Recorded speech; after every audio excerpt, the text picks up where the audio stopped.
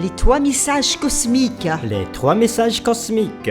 Une étude sous la direction de Mark Finlay est présentée dans L'aventure dans la parole avec Henrietta et Ronnie. avec la contribution musicale de Robert G.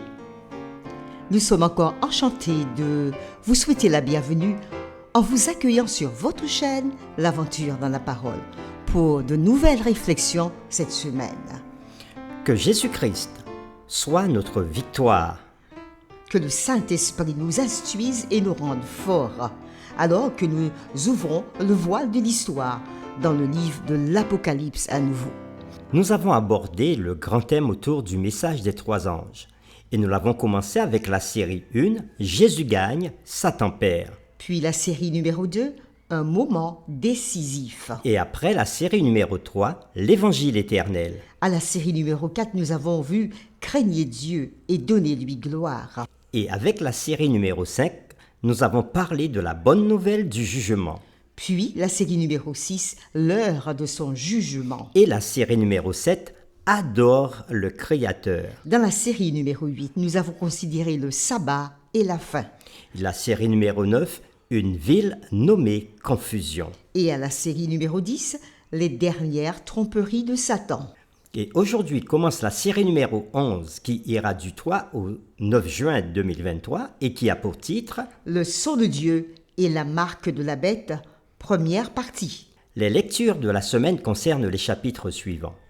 Apocalypse chapitre 14, le verset 12. Éphésiens chapitre 2, le verset 8 à 10. Matthieu chapitre 27, verset 45 à 50. Apocalypse chapitre 13, verset 15 à 17. Apocalypse chapitre 14, le verset 4. Et Luc chapitre 5, le verset 18 à 26. Le texte à mémoriser de cette semaine que nous vous invitons à dire avec nous se trouve dans Apocalypse chapitre 7, les versets 2 et 3. Et je vis un autre ange qui montait du côté du soleil levant et qui tenait le sceau du Dieu vivant. Il cria d'une voix forte aux 4 anges à qui il avait été donné de faire du mal à la terre et à la mer. Et il dit : Ne faites point de mal à la terre, ni à la mer, ni aux arbres, jusqu'à ce que nous ayons marqué du sceau le front des serviteurs de notre Dieu. Nous vous invitons à le redire avec nous dans Apocalypse chapitre 7, les versets 2 et 3. Et je vis un autre ange qui montait du côté du soleil levant et qui tenait le sceau du Dieu vivant. Il cria d'une voix forte aux 4 anges à qui il avait été donné de faire du mal à la terre et à la mer. Et il dit : Ne faites point de mal à la terre, ni à la mer, ni aux arbres, jusqu'à ce que nous ayons marqué du sceau le front des serviteurs de notre Dieu. Lorsque nous étudions les événements de la fin des temps, en ce qui concerne la marque de la bête, un point crucial ressort. C'est la différence entre la façon dont Dieu opère et la façon dont l'ennemi des âmes opère. Comme nous l'avons étudié, les questions centrales du grand conflit entre Christ et Satan portent sur la loyauté, L'autorité. et l'adoration. Les prophéties ont décrit, premièrement, la puissance de la bête dans Apocalypse chapitre 13. Deuxièmement, la petite corne dans Daniel chapitre 7. Troisièmement, le fils de la perdition dans 2 Thessaloniciens chapitre 2. Tous ces prophètes, Daniel, Jean, l'apôtre Paul, parlent tous d'une puissance qui, premièrement, usurpe l'autorité de Dieu Deuxièmement, ordonne la loyauté. et troisièmement, introduit un système d'adoration contrefait. Les agents de ces puissances du mal font usage de la force et de la coercition, et parfois de pots de vin et de récompenses.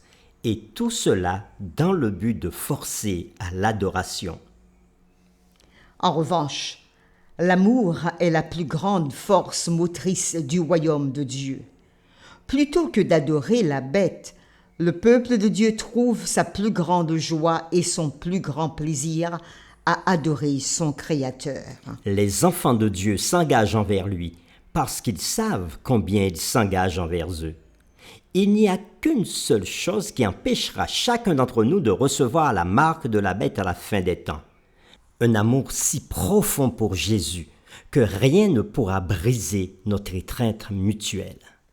Les séquences de cette semaine nous aideront à identifier le peuple de Dieu des derniers jours et ces séquences révéleront les caractéristiques de la bête qui monte de la mer dans Apocalypse chapitre 13. Et les questions qui seront derrière toutes les réflexions de cette semaine sont les suivantes. Premièrement, dans les grands moments de détresse, qu'est-ce qui a permis à Jésus et aux croyants d'en sortir victorieux?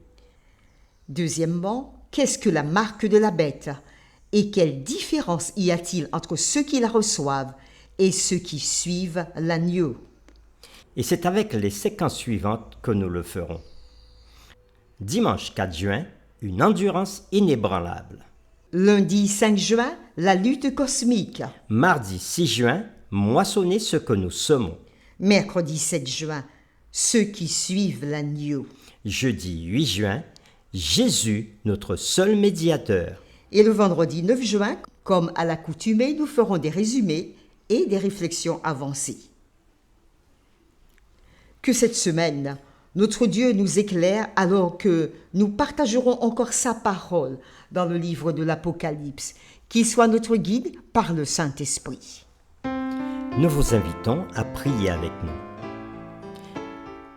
Père éternel, Dieu trois fois saint, c'est toi le Dieu de miséricorde, le Dieu de force, le Dieu de puissance. Et c'est pour cela que nous voulons t'adorer, te louer et reconnaître une fois de plus que tu es créateur, tu es sauveur et que tu accomplis ta volonté sur la terre et que c'est toi qui viendras mettre fin à l'histoire de ce monde. Mais en attendant, tu nous as donné des leçons, tu nous as donné des enseignements pour nous permettre de comprendre ce qui se passe à notre époque jusqu'au retour de Jésus. Et c'est pour ça que nous te louons pour tous ces enseignements que tu nous donnes. Puisses-tu accompagner notre étude tout au long de cette semaine. Nous t'avons prié au nom de Jésus. Amen.